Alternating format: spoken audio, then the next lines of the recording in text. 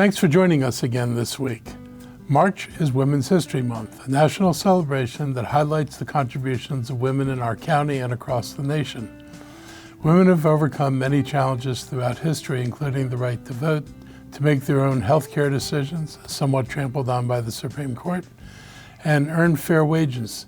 In too many ways, their struggle for full and equal rights continues. For a major example, our country still refuses to pass the Equal Rights Amendment to the Constitution. Many women leaders have helped to shape this county, both who we are and where we're going. And we have a county council where women are now in the majority for the first time in the county's history. Women have and will continue to be leaders in this county. I encourage you to check out the Montgomery County's Women's Commission's website at montgomerycounty.gov/CFW for information about our annual Girl Power contest for anyone over the ages of 5 years old. From Clara Barton to Rachel Carson to Emily Edmondson to Katie Ledecky, Montgomery County has been and continues to be the home to women who are trailblazers, leaders, and history makers. Last weekend, I attended the second Family Forum on Fentanyl use, held this year by MCPS and Montgomery Goes Purple. There are still a lot of questions from the community about what we're doing as a government to help alleviate this problem. First of all, this is not just a school issue. In 2022, 11 people under the age of 21 died from overdoses, but a majority of them were between 18 and 21.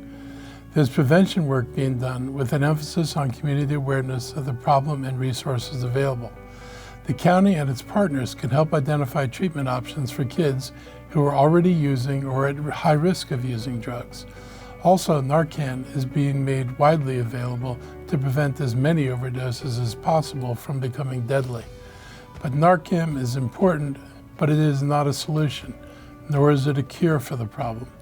Narcan saves lives, and we're helping to make sure that it's accessible because we want to save lives, and we hope that preventing a death opens the door for treatment that will free people from drug misuse. Additionally, Montgomery County Public Schools introduced new bathroom policies and will more routinely and intently monitor those areas for drug use during the school day. I want to thank Dr. McKnight and her team for their responses and engagement with concerned parents. I also want to thank MCPS for their cooperation and partnership with both MCPD and our HHS departments as we work holistically in engaging students and their families to be safe and healthy in our schools. For more about our prevention and support efforts, please visit knowtherisksmc.org for more information. Whether it's substance misuse, mental health, or simple accidents, going through life without medical insurance coverage is a risk that too many young adults take. And for some, that risk could lead to years of debt and financial difficulties.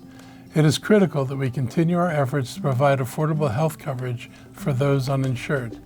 This week, I submitted testimony on behalf of a bill that would make permanent some health care insurance changes that are making a difference in Montgomery County and Maryland.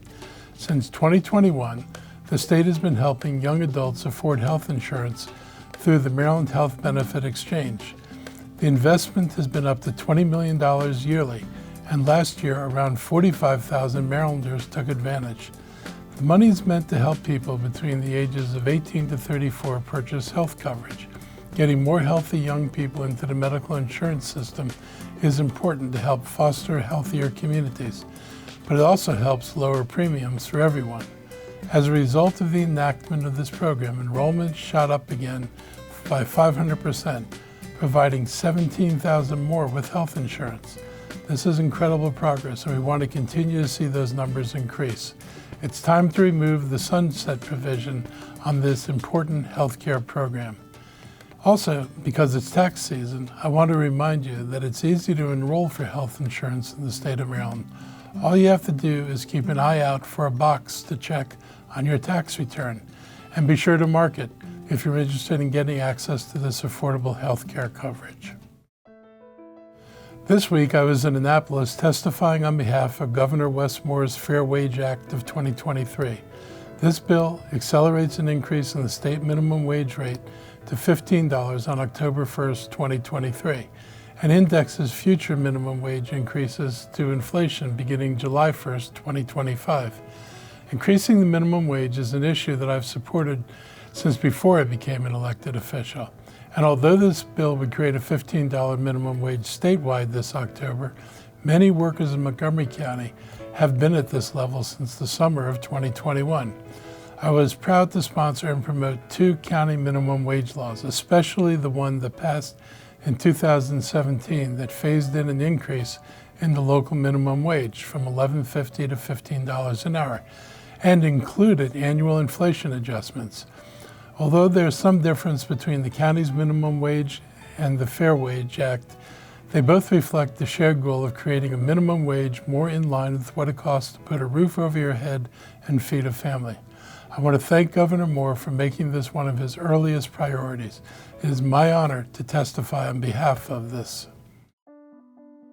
As we head towards spring, we're in uncharted territory when it comes to COVID-19. The good news, cases are far fewer and the virus is less of a burden on our hospitals. Our community level status remains low. But as the weather warms up, we will see less support from the federal government for things like test kits, vaccines, and boosters. The emergency aspect of the pandemic is nearing its end, but COVID is still here and people are still getting sick. Let me be clear, COVID is not over, and we can't be lulled into thinking it is. Getting the bivalent booster makes a difference. Boosted people are less likely to be hospitalized, less likely to get severe cases, and less likely to die. With a death rate that's far higher than the flu, it's not worth taking the risk. This is a good opportunity to use our community partners to encourage more people to protect themselves from another wave of COVID-19. Everyone needs to be reminded that this is still a potentially deadly virus. We will continue to provide testing and vaccination services at no cost through the end of the fiscal year this summer.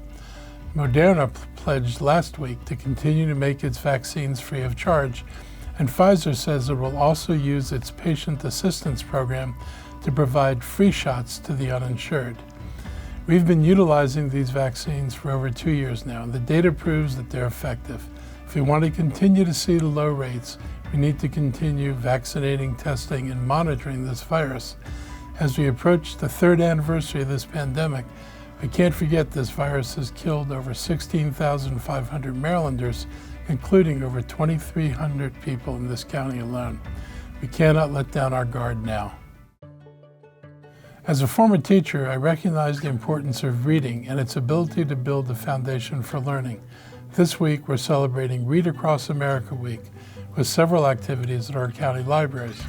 Reading is important. It's been proven to improve your focus, memory, empathy, and communication skills. It can reduce stress, improve mental health, and help you live longer. Reading also allows you to learn new things, helps you to succeed in your work and relationships. Reading to your children is a great way to get them ready for school and prepare them for life ahead. The county's partnering with the Jewish Council for Aging, Heyman Interages Center, to provide some of those reading programs. The one-on-one program will pair JCA volunteers with children between kindergarten and 3rd grade. If you'd like to participate, please visit the Gaithersburg Library or the Wheaton Library from 1 to 3 this Saturday and Sunday. I want to thank the work of all the librarians who helped make this easy for anyone of any age to enjoy reading. This week, the Montgomery County Department of Environmental Protection and the Latino Health Initiative hosted the county's first Climate Stories Film Festival, Our Grain of Sand, at the AFI Theater and Cultural Center in Silver Spring. The festival featured several short films and panel discussions with the climate ambassadors and climate partners. I hope we can build on the lessons from these films as well as our ambassadors' leadership to improve our environment and create community-based solutions to combat climate change. Hopefully, we'll have even more participation next year, which will help us spread these honest stories of environmental dangers that we can all learn from. To view this incredible film series, go to the county's Climate Action portal and search for Climate Stories. That's our wrap for today, and I hope you have a great week, and I'll see you again next week.